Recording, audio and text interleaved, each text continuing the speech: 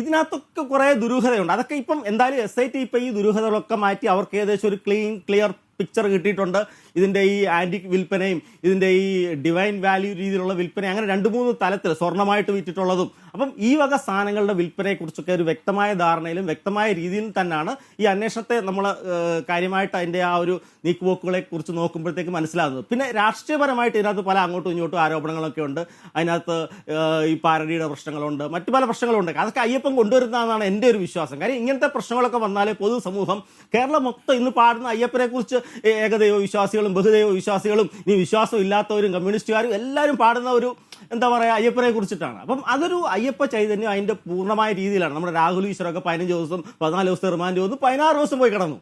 അപ്പം പക്ഷേ അതേസമയം നമ്മുടെ സന്ദീപ് വാര്യർക്കൊക്കെ അതിനകത്ത് ജാമ്യം കിട്ടുകയും ചെയ്യുന്നു. അപ്പം ഇതൊക്കെ എന്ന് പറഞ്ഞാൽ അദ്ദേഹത്തിൻ്റെ മാസ്റ്റർ പ്ലാനാണ്.